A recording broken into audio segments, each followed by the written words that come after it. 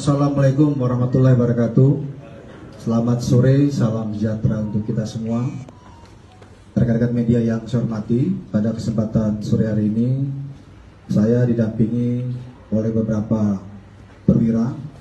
Di antaranya ada dari Densus 88, Kombes Aswin, kemudian Dirkrimum Polda Metro Jaya, dan juga Kasubdit Kamnep Ditkrimum Polda Metro Jaya yang hadir juga terkait dengan penanganan kasus yang akan kami sampaikan.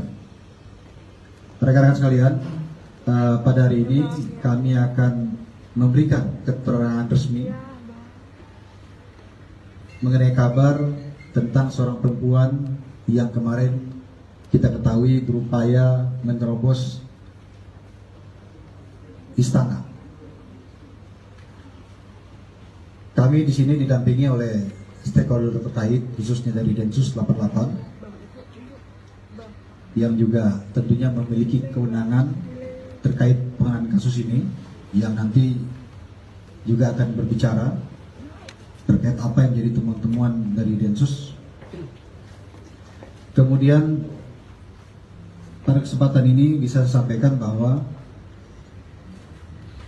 kepolisian telah mendapatkan identitas daripada seorang wanita yang kemarin mencoba menerobos ke dalam ring satu istana, yaitu atas nama Siti Elina, alamat Jalan Kampung Mangga, Kecamatan Koja, Jakarta Utara.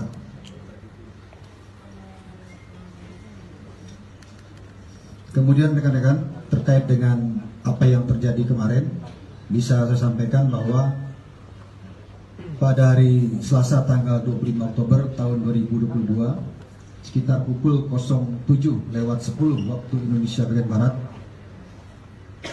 tersangka yang kita ketahui bernama Siti Elina berjalan mendekati anggota Pas Pampres yang bertugas jaga di depan pagar Istana Negara, Jalan Merdeka Utara, Jakarta Pusat. Selanjutnya tersangka Siti Elina ini mengeluarkan senjata api yang kita ketahui ilegal dari dalam tas ransel warna hitam.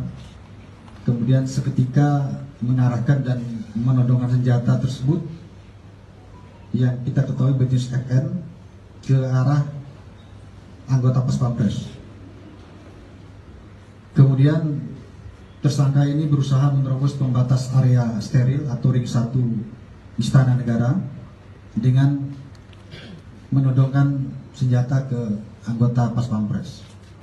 Kemudian dengan kesigapan yang dilakukan oleh anggota Pas Pampres ini berhasil mengamankan senjata dan juga mengamankan saudari Siti Elina, kemudian menyerahkannya kepada petugas polisi lalu lintas yang sedang melakukan pengaturan di depan istana pada saat itu. Kemudian dilakukan pengamanan oleh petugas kepolisian dan selanjutnya dilakukan pemeriksaan lebih lanjut yang nanti akan secara detail disampaikan oleh Dirkrimum dan juga dari Densus 88. Terkait penanganan di lapangan, kami pastikan sudah berjalan sesuai dengan SOP yang telah ada.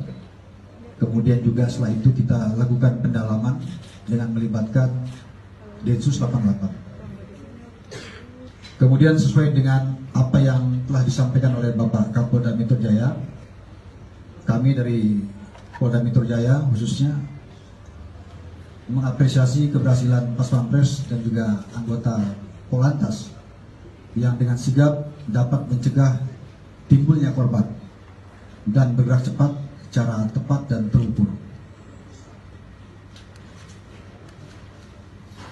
Kemudian Polda Metro Jaya akan selalu melakukan upaya mewujudkan Jakarta yang aman, nyaman dan adem.